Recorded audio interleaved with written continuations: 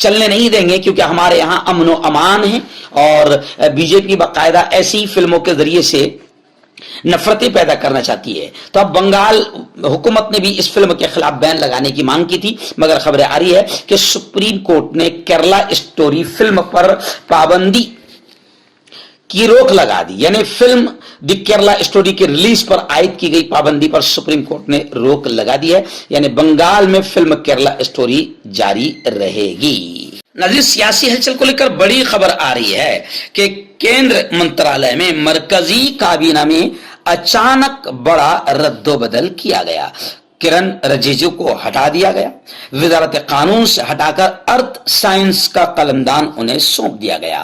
پارلیمانی امور کے وزیر ارجن میگھوال کو وزارت قانون کا آزادانہ چارج دیا گیا۔ نریندر مودی کے اچانک فیصلے پر اب سیاسی قیاس آرائیاں شروع ہو گئی ہے۔ میگھوال کو وزارت قانون کا آزادانہ چارج دیا گیا۔ اب وزارت قانون اور عدلیہ میں ٹکراؤ جیسی خبریں آ رہی ہے۔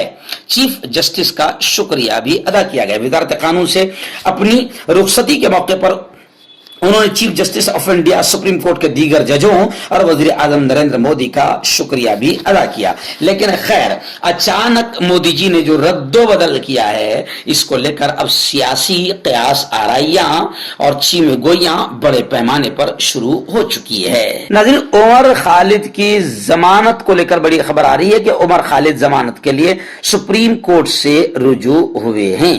دلی پولیس کو نوٹس بھیج دیا گیا۔ دلی فساد کی وسیع تر سازش کے کیس میں ضمانت کے لیے جواں سال لیڈر عمر خالد نے سپریم کورٹ میں عرضی داخل کی ہے، جس پر عدالت نے دلی پولیس سے جواب مانگا ہے۔ واضح ہے کہ اس کیس میں عمر خالد کو یو اے پی اے کے تحت ملزم بنایا گیا ہے۔ دلی پولیس نے شہریت ترمیمی ایکٹ NRC اور CA کے خلاف احتجاج کرنے والے نوجوانوں اور سماجی کارکنوں کو اسی کیس میں دہشت گردی مخالف قانون کے تحت پکڑا ہے، جس کی وجہ سے انہیں ضمانت بھی نہیں مل پا رہی ہے۔ عمر خالد کو ہائی کورٹ نے ضمانت دینے سے انکار کر دیا ہے۔ جمعرات کو اب انہوں نے سپریم کورٹ سے رجوع کیا اور جمعرات کو سپریم کورٹ میں ان کی طرف سے کپل سبل پیش ہوئے۔ ناظرین، بڑی خبر اس وقت میری نگاہوں کے سامنے ہے کہ تہور حسین رانا کی حوالگی کو منظوری دے دی گئی ہے۔ امریکہ کی ایک وفاقی عدالت نے ممبئی حملوں کے ملزم پاکستانی نژاد اور کینیڈا کے شہری تہور حسین رانا کو ہندوستان کے حوالے کرنے کو منظوری دے دی ہے۔ کیلیفورنیا کی ضلع عدالت کی جج جیکلین نے یہ اہم فیصلہ سنایا ہے۔ رانا کو 2008 میں ممبئی حملوں میں اس کے رول کی بنا پر ہندوستان کی حوالگی کی درخواست پر امریکہ میں گرفتار کیا گیا تھا، اور اب بڑی خبر آ رہی ہے کہ امریکہ کی ایک وفاقی عدالت نے باقاعدہ تہور حسین رانا کو ہندوستان کے حوالے کرنے کو منظوری دے دی ہے۔ ناظرین، مرکزی وزیر کیندری منتری اجے مشرا ٹینی کے خلاف قتل کے ایک 23 سال پرانے کیس میں 3 بار فیصلہ محفوظ ہونے کے بعد اب جمعہ یعنی آج 19 مئی 2023 کو فیصلہ سنایا جائے گا۔ یعنی قتل کیس میں 23 سال بعد آج فیصلہ آئے گا۔ اس کی وجہ سے ٹینی کی وزارت اور لوک سبھا کی رکنیت پر تلوار لٹک رہی ہے۔ مرکزی وزیر پر 8 جولائی 2000 عیسوی کو لکھیم پور کھیری کے تکونیا علاقے میں لکھنؤ یونیورسٹی کے اسٹوڈنٹ لیڈر پربھات گپتا کو گولی مار دینے کا الزام ہے۔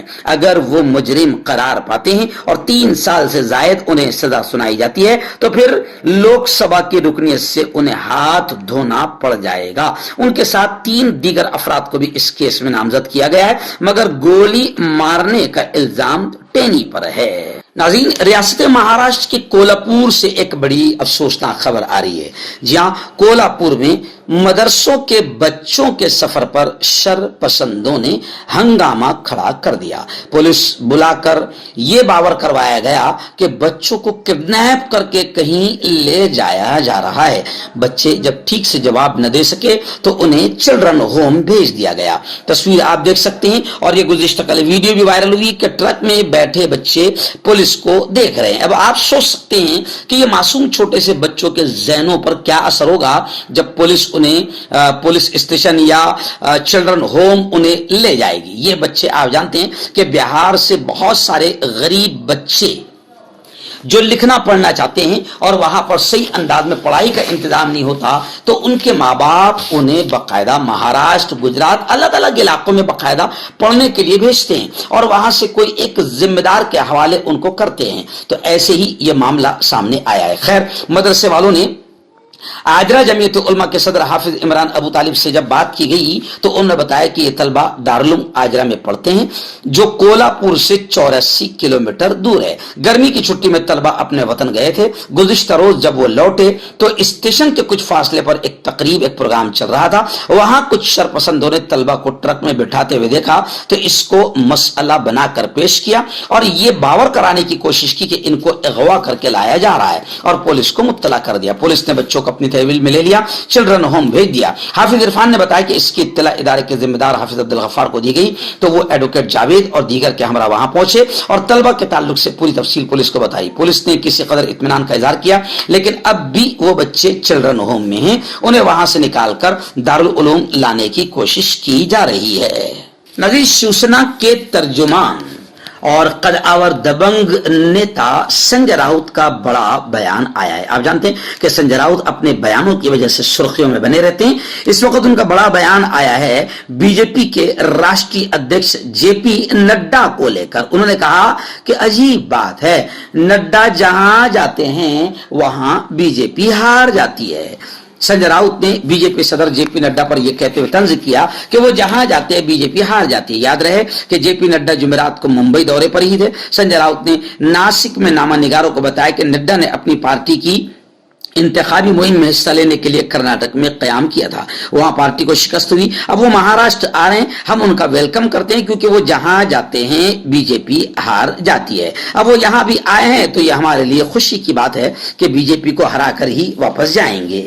ناظرین، منی پور کے حالات کو لے کر بڑی خبر آ رہی ہے. آپ جانتے ہیں کہ منی پور جل رہا تھا اور جل رہا ہے اور جس وقت جل رہا تھا اس وقت بھی ہمارے وزیر اعظم نریندر مودی ہائے ہائے بائے بائے پھولوں کی بارش، سبھائیں، پرچار اور ریلیاں کرناٹک میں کر رہے تھے. انہیں ذرہ برابر بھی یاد نہیں آیا کہ میرے ملک کا ایک علاقہ جل رہا ہے اور میری قوم کی بیٹیاں، میرے ملک کی وہ بیٹیاں جنہوں نے ملک کو میڈل تمغہ دلایا، ملک کا نام روشن کیا، وہ جنتر منتر پر نعرے لگا رہی ہے. مودی جی یہ تمام چیزوں کو چھوڑ کر اپنے الیکشن پرچار کرناٹک میں لگے ہوئے تھے. لیکن خیر، منی پور کے حالات کو لے کر بڑی خبر یہ آ رہی ہے کہ 10 ودھایکوں، 10 ایم ایل ایز نے وزیر داخلہ امیت شاہ کو میمورنڈم دیا اور ان کو بتایا، خبردار کیا، آگاہ کیا کہ ریاست منی پور میں جنتا کا بھروسہ اب بی جے پی پر سے اٹھ چکا ہے. جہاں بھی بی جے پی کے لوگ نظر آتے ہیں جنتا مارتی ہے.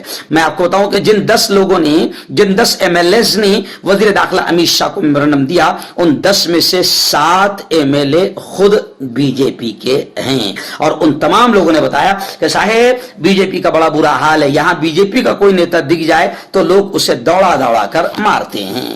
ناظرین، پہلوان بیٹیوں کے احتجاج کو لے کر پھر بڑی خبر آ رہی ہے. جی ہاں، آپ جانتے ہیں کہ پہلوان بیٹیاں اب تقریباً 1 مہینہ ہونے والا ہے، وہ احتجاج کر رہی ہے کہ بی جے پی کے اس نیتا، اس درندے کو جس نے ہمارے ساتھ دشکرم کیا ہے اور غلط معاملہ کیا ہے، اسے گرفتار کیا جائے. مگر کمال کی بات ہے، بیٹی بچاؤ کا نعرہ لگانے والی بے شرم سرکار نے آج تک برج بھوشن کو گرفتار ہونے نہیں دیا. تو اب پہلوانوں نے یہ کہا ہے کہ ہم اپنے احتجاج، اپنے آندولن کو عالمی سطح تک لے جائیں گے، انٹرنیشنل لیول پر لے جائیں گے. پہلوانوں نے جنتر منتر سے بنگلہ صاحب گرودوارا تک مارچ کیا، اپنی آواز ہر ایک تک پہنچانے کا عزم کیا اور خط لکھ کر عالمی اولمپک کھلاڑیوں کی سمرتھن بھی حاصل کرنے کی بات کہی.